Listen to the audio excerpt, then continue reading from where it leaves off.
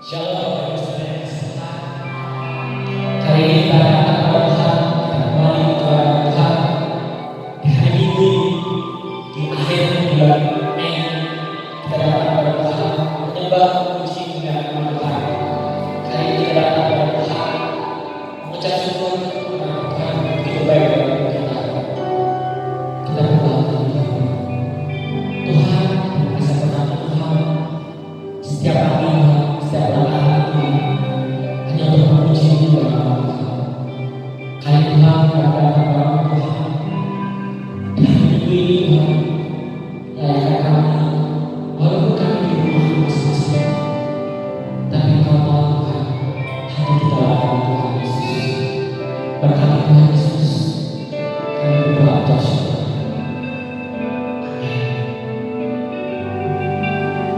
Kita datang memuji menyembah Tuhan. Dan tinggikan nama Tuhan di dalam hati, bahwa Tuhan itu luar biasa dalam hidup kita. Kita akan juga tinggikan diri.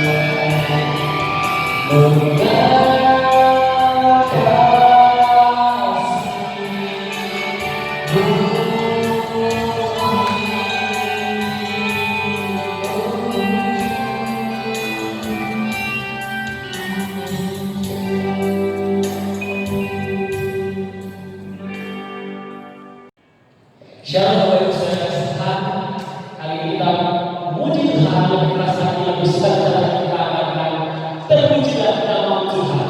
Amin.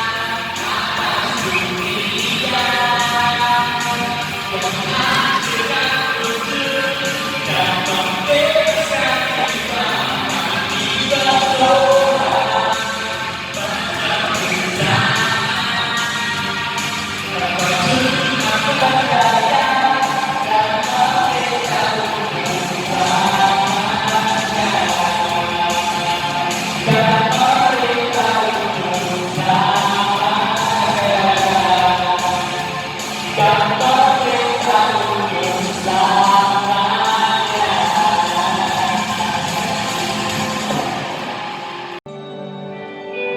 masuk sampai kita untuk dalam hati kita sampai kita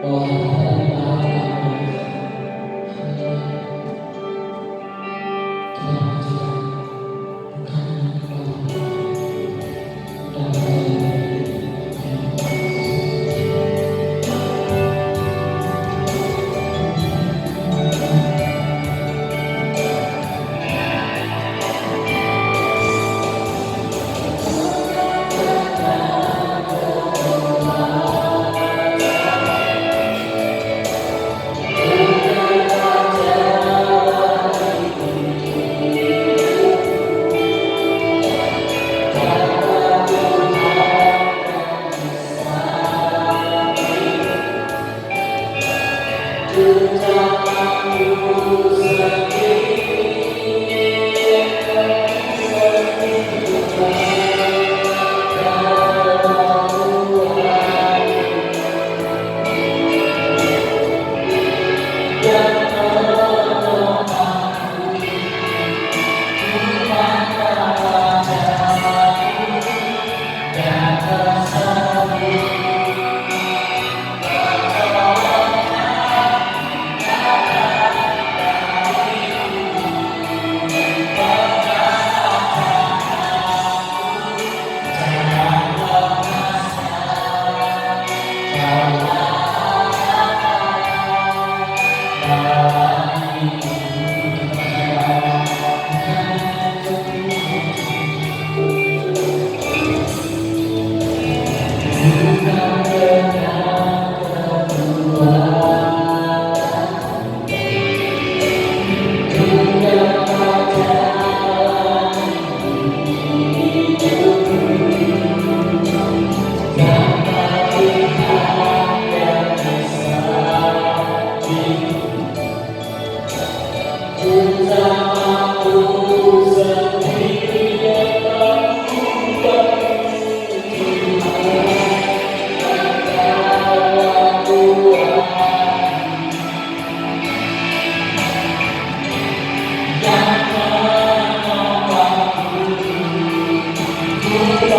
adalah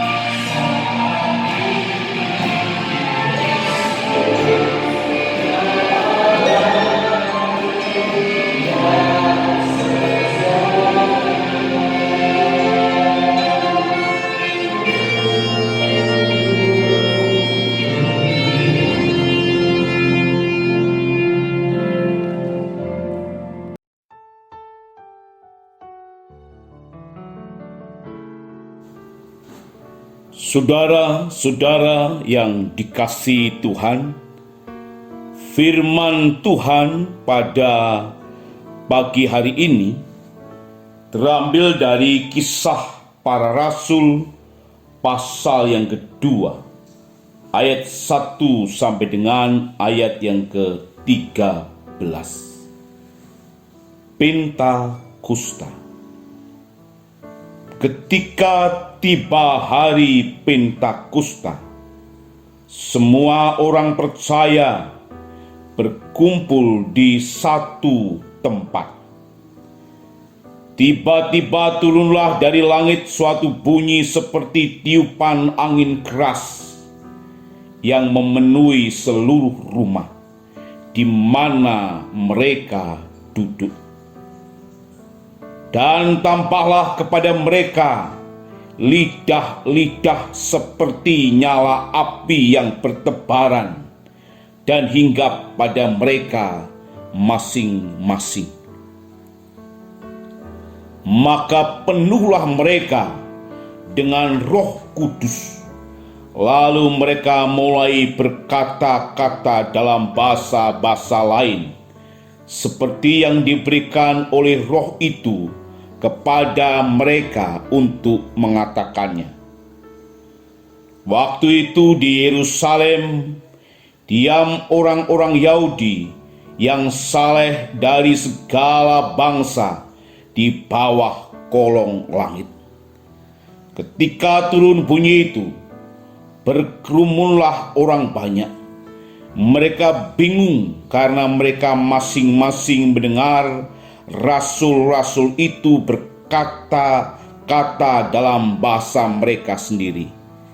Mereka semua tercengang-cengang dan heran, lalu berkata, "Bukankah mereka semua yang berkata-kata itu orang Galilea?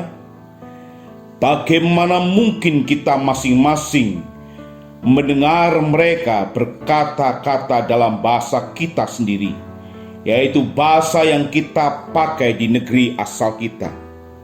Kita orang Partia, Media, Elam, penduduk Mesopotamia, Yudea dan Kapadokia, Pontus dan Asia, Frigia dan Pamfilia, Mesir dan daerah-daerah Libya yang berdekatan dengan Kirene, pendatang-pendatang dari Roma, baik orang Yahudi maupun penganut agama Yahudi, orang Kreta dan orang Arab. Kita mendengar mereka berkata-kata dalam bahasa kita sendiri tentang perbuatan-perbuatan besar yang dilakukan Allah. Mereka semuanya tercengang-cengang dan sangat termangu-mangu sambil berkata seorang kepada yang lain, "Apakah artinya ini?" Tetapi orang lain menyindir, "Mereka sedang mabuk oleh anggur manis." Amin. Bapak Ibu yang dikasihi Tuhan Yesus Kristus, kadang-kadang kita tidak bisa membedakan antara hari Pentakosta dengan turunnya Roh Kudus. Itu sebabnya orang awam berkata, hari turunnya Roh Kudus itu hari Pentakosta. Bapak Ibu Saudara yang dikasihi Tuhan, itu sebabnya pada kesempatan ini, saya ingin menyampaikan satu kebenaran firman Tuhan yang berkisar tentang hari Pentakosta dan turunnya Roh Kudus. Kalau kita perhatikan bersama-sama, hari raya Pentakosta jauh sebelum Tuhan Yesus Kristus datang ke dunia, pada kitab Perjanjian Lama sudah ditentukan tentang hari raya ini. Memang dalam kitab Imamat tidak memberikan nama hari raya ini yang sebenarnya ada dalam Perjanjian Lama dan dalam konteks Perjanjian Baru sedikit diubah namanya. Itu sebabnya saudara yang dikasihi Tuhan Yesus Kristus, kitab Taurat hanya menulis hari raya Pentakosta adalah yang pertama, hari raya panen. Dalam kitab Keluaran pasal 23 ayat yang ke-16 dikatakan begini, kau peliharalah juga hari raya menuai, yakni menuai buah bungaran dan hasil usahamu menabur di ladang. Demikian juga hari raya pengumpulan hasil pada akhir tahun, apabila engkau mengumpulkan hasil usahamu dari ladang. Saudara, kitab Taurat berkata supaya hari raya menuai atau panen raya besar-besaran ini dirayakan bersama-sama. Itu sebabnya saudara, kitab Taurat hanya berkata hari raya panen bersama-sama. Tetapi saudara yang dikasihi Tuhan Yesus Kristus, dalam kitab Ulangan pasal 16 ayat 9 sampai 10 lebih jelas, yaitu hari raya Minggu atau dalam bahasa Ibraninya Shavuot, yang mengacu pada 7 minggu atau 49 hari dari akhir Paskah sampai kepada Pentakosta. Dikatakan demikian, 7 minggu harus kau hitung pada waktu orang mulai menyabit gandum yang belum dituai. Haruslah engkau mulai menghitung 7 minggu itu. Kemudian haruslah engkau merayakan hari raya 7 minggu bagi Tuhan Allahmu, sekedar persembahan sukarela yang akan kau berikan sesuai dengan berkat yang diberikan kepadamu oleh Tuhan Allahmu. Jadi saudara-saudara yang dikasihi Tuhan, adalah merupakan satu panen bersama-sama setelah mereka mengadakan hari terakhir di mana perayaan Paskah. Itu sebabnya saudara-saudara yang dikasihi Tuhan Yesus Kristus, dalam bahasa Yunani sering disebut dengan kata Pentakosta atau hari ke-50. Hal ini berdasarkan kepada perayaan yang tersebut adalah hari ke-50 setelah hari raya roti tidak beragi. Itu sebabnya saudara, orang-orang Yahudi sering merayakan ini. Orang-orang proselyit itu juga sering merayakan ini, karena ini adalah satu hari raya orang Yahudi. Dalam Kisah Para Rasul pasal 20 ayat yang ke-16, Paulus berkata, Paulus memutuskan untuk tidak singgah di Efesus, supaya jangan habis waktunya di Asia, sebab ia buru-buru agar jika mungkin ia telah berada di Yerusalem pada hari raya Pentakosta. Jadi saudara, hari raya Pentakosta itu berbeda dengan hari turunnya Roh Kudus. Memang pada saat hari raya Pentakosta bersamaan dengan hari turunnya Roh Kudus. Tetapi hari turunnya Roh Kudus bukan disebut hari raya Pentakosta. Itu sebabnya saudara yang dikasihi Tuhan Yesus Kristus, kita harus bedakan. Nah, nanti saya akan tampilkan ada apa sesungguhnya Tuhan memakai hari raya Pentakosta ini untuk mencurahkan rohnya kepada orang-orang pilihannya. Tetapi sebelum itu, saya ingin mengacu kepada turunnya Roh Kudus pada saat hari raya Pentakosta. Itu sebabnya yang kedua saya berkata tentang tanda-tanda besar kedatangan Roh Kudus.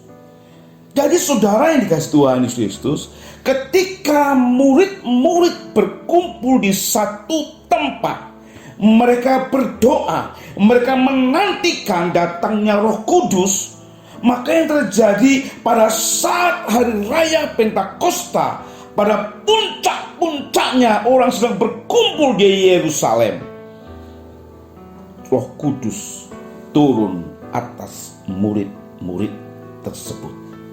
Bapak Ibu yang dikasihi Tuhan Yesus Kristus, jelas kita ingin menyatakan bahwa ini sesuatu yang luar biasa. Kenapa? Karena pada saat orang sedang berkumpul ramai, tiba-tiba Roh Kudus hadir mendiami orang-orang percaya yang pertama dengan kekuatan yang bisa didengar. Bapak Ibu yang dikasihi Tuhan Yesus Kristus, Kisah Para Rasul pasal 2 ayat 2. Tiba-tiba turunlah dari langit suatu bunyi seperti tiupan angin keras yang memenuhi seluruh rumah di mana mereka duduk. Kita perhatikan bersama-sama kata tiba-tiba. Berarti suara ini datang secara mendadak, tidak terduga. Ini bukan suara angin yang sebenarnya, tetapi suara itu seperti angin yang keras. Kita perhatikan bersama-sama saudara. Jadi ini bukan suara angin, tetapi Alkitab katakan seperti suara angin yang keras. Ini bisa diterjemahkan sebagai satu dentuman yang besar atau peledakan hebat, seperti suara angin yang besar yang mengamuk. Dan deru ini tidak hanya memenuhi ruangan tempat mereka berada, tetapi juga seluruh rumah mendengar tentang dentuman yang besar, mendengar tentang suara seperti angin yang besar itu.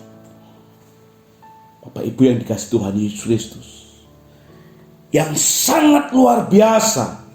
Perhatikan saudara, dikatakan mereka ini sedang duduk. Oh saudara yang dikasihi Tuhan Yesus Kristus, biasanya saudara, postur ketika orang berdoa atau posisi orang berdoa pada waktu itu biasanya berdiri atau berlutut, proskunium. Tetapi yang luar biasa, mereka sedang duduk. Kenapa saudara? Karena mereka sedang menunggu janji Roh Kudus akan datang.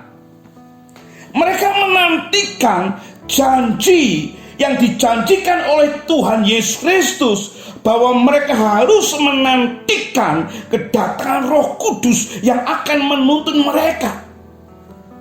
Jadi saudara yang dikasihi Tuhan Yesus Kristus, ketika Roh Kudus datang, turun secara tak terduga. Dan itu semua adalah pekerjaan Allah yang luar biasa. Jadi murid-murid saat itu sedang duduk-duduk. Mereka menantikan kedatangan Roh Kudus. Dan tiba-tiba Roh Kudus mendatangi mereka. Bapak Ibu yang dikasihi Tuhan Yesus Kristus, kita perhatikan bersama-sama. Kata untuk angin juga merupakan kata untuk roh, atau orang berkata pneuma, roh. Ini mewakili kuasa Allah yang luar biasa. Dalam Kejadian pasal 1 ayat yang kedua dikatakan, dan roh Allah melayang-layang di atas permukaan air. Jadi Bapak Ibu yang dikasihi Tuhan Yesus Kristus, kehadiran Allah dalam bentuk pneuma, roh. Itu sebabnya dalam kitab Kejadian itu, roh Allah, pneuma Allah itu melayang-layang di permukaan air. Artinya kehadiran Allah berbentuk roh. Itu sebabnya Tuhan Yesus Kristus berkata dalam kitab Injil Yohanes pasal 3 ayat yang ke-8, ketika berdiskusi dengan Nikodemus, angin bertiup kemana ia mau, dan engkau mendengar bunyinya, tetapi engkau tidak tahu dari mana ia datang atau kemana ia pergi. Demikian halnya dengan tiap-tiap orang yang lahir dari roh. Jadi Tuhan Yesus ingin berkata bahwa Allah itu adalah roh. Sama seperti kehadirannya kepada murid-muridnya, Tuhan memakai bentuk pneuma, Roh Kudus. Saudara yang dikasihi Tuhan Yesus, itu sekali lagi saya katakan, Roh Kudus, atau dalam kitab Injil Yohanes, Tuhan menjanjikan Parakletos, penghibur. Nah, dalam kitab Kisah Para Rasul pasal 2 itu, penghibur Parakletos itu datang dalam bentuk roh, pneuma. Jadi sekali lagi saya tegaskan, bukan bentuk manusia yang datang kepada murid-murid untuk menuntun, untuk memperbarui ajaran itu. Bukan. Ini otak-atik matuk. Tetapi yang jelas, ini dalam bentuk pneuma atau roh. Sehingga roh itu mendatangi murid-murid. Yang kedua, saudara yang dikasihi Tuhan Yesus Kristus, kehadirannya sekarang. Kehadiran Roh Kudus ini sekarang kita lihat bisa dilihat semua orang. Kalau tadi didengar oleh semua orang, sekarang yang kedua dilihat semua orang. Dalam Kisah Para Rasul pasal 2 ayat yang ketiga, dan tampaklah kepada mereka lidah-lidah seperti nyala api yang bertebaran, dan hinggap pada mereka masing-masing. Bapak Ibu yang dikasihi Tuhan Yesus Kristus, ini seperti api-api yang terbelah, seperti lidah-lidah itu, dan hinggap kepada murid-murid. Roh Kudus digambarkan, dilihat orang itu seperti lidah-lidah api. Saya tegaskan, Roh Allah bisa menyerupai apa saja. Roh Allah bisa seperti api, tetapi api bukan Allah. Saudara paham? Roh Allah bisa menyerupai api, tetapi api bukanlah Allah. Api ini hanya melambangkan kehadiran Allah. Api ini melambangkan kehadiran Allah. Dalam kitab Keluaran pasal 3 ayat yang kedua, ketika Musa dipanggil oleh Tuhan untuk menjadi hambanya, Tuhan mendatangi Musa seperti api yang menyala-nyala. Keluaran pasal 3 ayat yang kedua. Lalu malaikat Tuhan menampakkan diri kepadanya di dalam nyala api yang keluar dari semak duri. Lalu ia melihat, dan tampaklah semak duri itu menyala, tetapi tidak dimakan api. Ini kehadiran Allah, saudara. Semak duri itu menyala tetapi tidak dimakan api. Murid-murid itu dihinggapi api daripada Roh Kudus, tetapi murid-murid tidak terbakar. Sebab apa? Api ini adalah lambang kehadiran Allah. Bapak Ibu yang dikasihi Tuhan Yesus, setelah itu dalam perjalanan bangsa Israel menuju tanah perjanjian, kehadiran Allah untuk menuntun bangsa Israel itu pada malam hari dilambangkan seperti tiang api. Tiang api itu menerangi mereka sehingga mereka tidak kedinginan. Mereka tetap merasa hangat. Mereka tetap merasa terang. Karena apa? Ada kehadiran Roh Allah. Keluaran 13 ayat yang ke-21 dikatakan demikian. Tuhan berjalan di depan mereka pada siang hari dalam tiang awan untuk menuntun mereka di jalan, dan pada waktu malam dalam tiang api untuk menerangi mereka, sehingga mereka dapat berjalan siang dan malam. Haleluya, saudara. Jadi kalau kita perhatikan bersama-sama, Roh Tuhan dalam kehadirannya bebas melakukan apa saja. Kenapa? Ia yang berkuasa penuh untuk bisa dirasakan kehadirannya dalam bentuk apapun.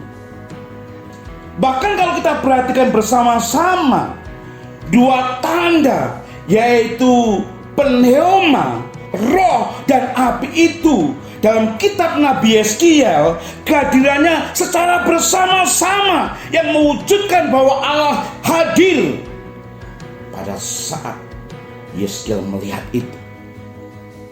Yeskiel pasal 1 ayat yang keempat dikatakan, lalu aku melihat, sungguh angin badai bertiup dari utara dan membawa segumpal awan yang besar dengan api yang berkilat-kilat, dan awan itu dikelilingi oleh sinar.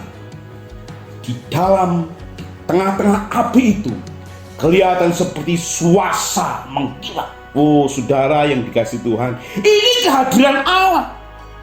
Ini kehadiran Tuhan Allah. Jadi gak bisa ditentukan dalam bentuk apapun. Karena apa? Allah itu berkuasa.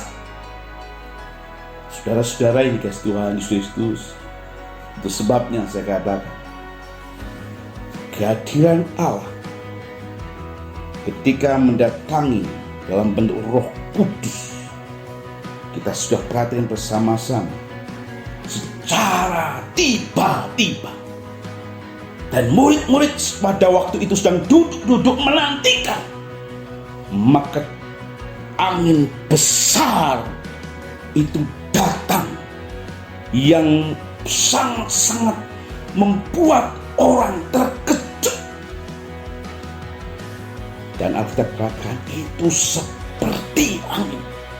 Artinya adalah dentuman yang keras yang membuat orang tersentak. Ada apa di balik itu? Dan yang kedua, murid-murid dihinggapi oleh lidah api. Jadi saudara yang dikasihi Tuhan Yesus, ini peristiwa yang luar biasa. Ini peristiwa yang sangat-sangat besar. Dan itu dilihat semua orang. Artinya bahwa Tuhan Yesus Kristus datang. Dan kuasa Roh Kudus menghampiri orang-orang percaya ini nyata, real. Ada dalam sejarah. Bukan hanya cerita biasa saja. Bapak Ibu yang dikasihi Tuhan Yesus Kristus, sekarang yang ketiga adalah bagaimana kedatangan Roh Kudus itu, untuk apa? Kita lihat sama-sama saudara. Ini namanya satu proklamasi. Proklamasi apa? Memberitahukan tentang nubuat-nubuat yang disampaikan oleh Tuhan Yesus Kristus benar-benar terjadi. Itu sebabnya diberitakan bahwa kejadian itu sudah dinubuatkan, dan berarti Tuhan Yesus telah menang dari maut. Dan itu sebabnya setiap orang yang percaya kepada Tuhan Yesus Kristus diselamatkan. Itu disebut dengan proklamasi. Dan proklamasi ini saudara, ada tanda-tanda yang menakjubkan secara verbal. Yang menakjubkan secara verbal, yang bisa dilihat. Kejadian yang luar biasa. Itu apa? Kita lihat sama-sama. Kisah Para Rasul pasal yang kedua, ayat yang keempat. Maka penuhlah mereka dengan Roh Kudus. Lalu mereka mulai berkata-kata dalam bahasa-bahasa lain, seperti yang diberikan oleh Roh itu kepada mereka untuk mengatakannya. Oh saudara yang dikasihi Tuhan Yesus Kristus, ketika semua orang yang percaya kepada Tuhan Yesus itu sebanyak 120 orang itu dipenuhi dengan Roh Kudus, mereka mulai menyatakan pujian mereka dalam sejumlah bahasa yang belum pernah mereka bicarakan sebelumnya. Jadi saudara-saudara yang dikasihi Tuhan Yesus Kristus, kata bahasa roh pada saat kejadian Kisah Para Rasul pasal 2 itu mengacu kepada bahasa yang dapat dimengerti, mengacu kepada bahasa yang dapat dipahami. Ini adalah bahasa yang memang tidak diketahui oleh penutur, yaitu murid-murid, tetapi dipahami dengan jelas oleh para pendengar. Saudara yang dikasihi Tuhan Yesus Kristus, sekali lagi saya katakan, bahasa roh yang ada dalam Kisah Para Rasul pasal 2 ini adalah bahasa yang dapat dimengerti. Memang murid-murid itu berbicara, mereka sesungguhnya nggak paham mereka bicara apa. Mereka nggak pernah mempelajari berbagai bahasa. Mereka bicara saja. Roh yang menuntun mereka, roh yang menggerakkan mereka berbicara. Mereka nggak paham apa yang dibicarakan. Tetapi apa yang dibicarakan murid-murid pada waktu itu dipahami dengan jelas oleh pendengar-pendengar yang lain. Sehingga mereka berkata, ini bahasa saya, ini bahasa saya. Nah saudara-saudara yang dikasihi Tuhan Yesus Kristus, dalam Kisah Para Rasul pasal 2 ayat 5-6, kita lihat waktu itu di Yerusalem diam orang-orang Yahudi yang salah dari segala bangsa di bawah kolong langit. Ketika turun bunyi itu, berkerumunlah orang banyak. Mereka bingung karena mereka masing-masing mendengar rasul-rasul itu berkata-kata dalam bahasa mereka sendiri. Loh, saudara yang dikasihi Tuhan Yesus Kristus, apa yang terjadi, saudara? Ketika dentuman itu terjadi, ketika bunyi yang sangat besar itu terjadi di rumah di mana murid-murid berkumpul, orang-orang di luar terkejut, tercengang, ada apa ini? Mereka kemudian berkerumun bersama-sama. Mereka berkerumun bersama-sama, saudara. Dan apa yang terjadi? Mereka kemudian mendengar rasul-rasul itu berkata-kata dalam bahasa mereka sendiri. Bapak Ibu yang dikasihi Tuhan Yesus Kristus, itu sebabnya mereka bingung. Mereka menjadi bingung dan bingung.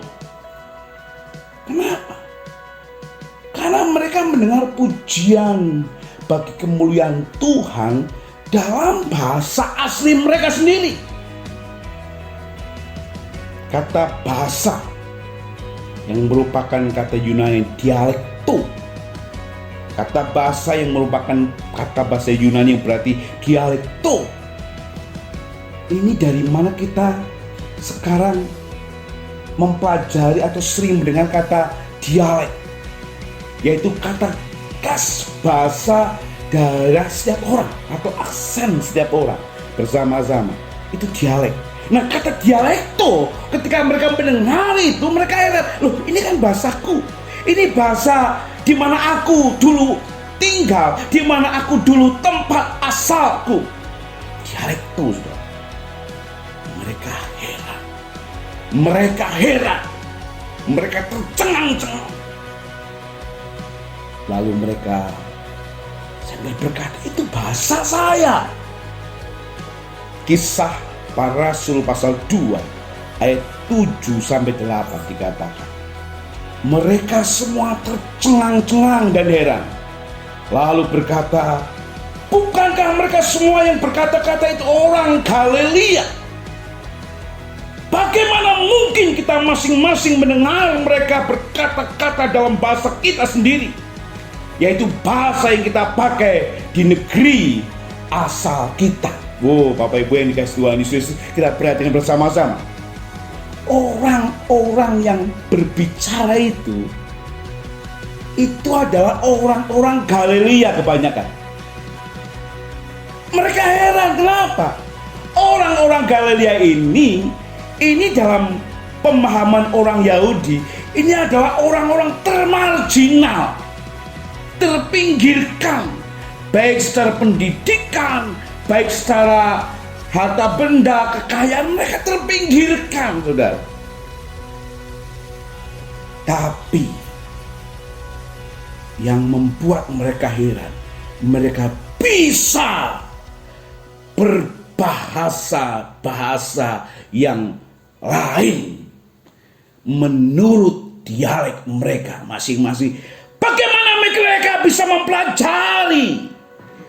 Di mana mereka belajar bahasa itu? Tidak mungkin kalau hanya sekelas orang Galilea. Bapak Ibu yang dikasihi Tuhan Yesus Kristus, ini mujizat yang luar biasa. Ini satu kejadian yang luar biasa. Dan ini terjadi ketika Roh Kudus dicurahkan kepada semua orang yang percaya kepada Tuhan Yesus Kristus, maka mujizat besar itu terjadi. Bapak Ibu yang dikasihi Tuhan Yesus Kristus, sekarang pertanyaannya adalah, apa maksud Tuhan akan peristiwa Pentakosta itu? Kenapa Tuhan Yesus Kristus menjadikan Roh Kudus dan murid-murid harus berkumpul di Yerusalem, dan pada saat mereka berkumpul di Yerusalem pada saat hari Pentakosta, maka Roh Kudus turun? Apa maksud semuanya itu? Izinkan saya boleh menyampaikan sesuatu hal. Yang pertama adalah pada hari raya Pentakosta, semua orang Yahudi dari beberapa daerah berkumpul di Yerusalem. Bahkan bukan hanya orang Yahudi saja, orang-orang proselyt. Orang proselyt itu adalah orang bukan keturunan Yahudi, tetapi memeluk agama Yahudi. Itu disebut dengan orang proselyt. Itu mereka juga berada di Yerusalem untuk apa? Perayaan hari raya Pentakosta. Itu sebabnya di Yerusalem itu pesta besar-besaran. Karena apa? Karena berkumpul semua orang Yahudi dari seluruh negeri dan juga orang-orang proselyt dari daerah-daerah yang lain berkumpul bersama-sama di Yerusalem. Itu sebabnya saudara, yang kedua kita lihat, pada saat itu Tuhan Allah menunjukkan kuasanya dan memulai pemberitaan tentang keselamatan bagi manusia ke seluruh dunia. Saudara-saudara yang dikasihi Tuhan Yesus Kristus, Tuhan ingin memakai orang-orang yang pada saat itu berkumpul di Yerusalem, baik murid-murid ataupun orang-orang yang sedang menghadiri pesta Pentakosta ini. Tuhan ingin menjadikan mereka misi duta-duta Allah setelah mereka kembali ke daerah mereka masing-masing. Saudara-saudara yang dikasihi Tuhan Yesus Kristus, itu sebabnya dengan jelas bahwa berita ini harus disampaikan kepada semua orang ke seluruh dunia. Itu sebabnya pada saat pertemuan besar-besaran Tuhan membuat mujizat yang besar, dan setelah mereka kembali ke daerah mereka masing-masing, mereka memberitakan, mereka mengabarkan, mereka mewartakan kabar sukacita itu kepada banyak orang. Itu sebabnya tepat di mana hari raya Pentakosta, gereja mulai berdiri, dan itu menjadi satu misi besar-besaran seluruh dunia. Saudara-saudara yang dikasihi Tuhan Yesus Kristus, itu sebabnya saudara, kalau kita bicara hari ini dengan hari raya Pentakosta, kita sebagai gereja tidak hanya berdiam diri saja. Kita sebagai orang-orang percaya nggak bisa hanya berdiam diri saja, nggak bisa, saudara. Kita bisa bergerak di mana Allah mau menggerakkan saya dan saudara. Beberapa hari ini saya menggumuli satu panggilan khusus. Bagaimana berita Injil itu disampaikan kepada banyak orang. Bukan saja di wilayah Semarang, tapi di Jawa Tengah. Bagaimana tidak hanya di Jawa Tengah, tetapi di Indonesia. Itu disampaikan. Dan gereja sekarang tidak terbatas pada gedung-gedung gereja, tetapi sebatas di mana teknologi ini ada, itu terus berkembang dan berita Injil itu disampaikan, dan gereja-gereja itu boleh berdiri dimanapun berada dengan satu gembala agung, Yesus Kristus. Ini gereja harus bergerak. Ini orang-orang percaya harus bisa menangkap visi misi Allah. Dan visi misi Allah tidak monoton, tapi visi misi Allah terus bergerak sesuai dengan era dan zaman yang berbeda-beda. Jadi kalau kita modalnya secara monoton, saya ragu apakah kita sebagai gereja menangkap visi dan misi Allah. Kalau saya dan saudara menangkap visi dan misi Allah, kita akan bergerak sesuai dengan Tuhan yang menggerakkan kita, di mana sesuai dengan zaman yang ada. Saya teringat namanya John Piper, mengingatkan kita bahwa kita dipanggil untuk menjadi pendatang, bukan pemukim. Kenapa saudara? Banyak gereja, kata John Piper, perlu dipanggil secara paksa dari pola pikir pemukim menjadi pola pikir peziarah. Sebab apa? Jika pola pikir pemukim mendominasi gereja, maka tidak akan mencapai lingkungan kita atau jaringan orang-orang yang tidak percaya. Kita nggak bisa nyampe. Kenapa? Kita cukup puas dengan gereja kita cukup puas dengan komunitas kita yang terbatas pada gedung di gereja. Kita nggak bisa menjangkau bangsa-bangsa di dunia bagi Kristus. Itu sebabnya saudara, Tuhan Yesus tidak memanggil kita untuk menetap di bumi sebagaimana adanya. Tetapi Tuhan Yesus manggil kita untuk menjadi orang-orang buangan, orang-orang pendatang di bumi, sehingga kita terus maju bersama-sama. Jadi saudara yang dikasih Tuhan Yesus Kristus, saya katakan, dengan peristiwa Pentakosta ini, maka kita perlu menangkap visi misi Allah. Kita perlu menangkap apa yang Tuhan maksudkan buat kita. Kita perlu mengerti detak jantung Tuhan, mau di mana arah pilihan Tuhan, mau di mana di bawah visi misi Allah pada era sekarang ini. Itu sebabnya saudara, kalau kita hanya puas dengan data-data dan sebagainya, dan kita sedang puas dengan berapa orang yang mendengar dan sebagainya, bagi zaman sekarang ini sudah tidak berlaku. Yang ada sekarang adalah bagaimana orang bisa mendengar kebenaran firman Tuhan di era yang global ini, di mana kita bisa mendengar di tempat-tempat kita bekerja, di mana kita bisa mendengar Kristus, di tempat-tempat kita berada, dan kita bisa menjadi jemaat-jemaat Kristus di mana kita ada. Itu sebabnya saudara perlunya menangkap visi misi Allah.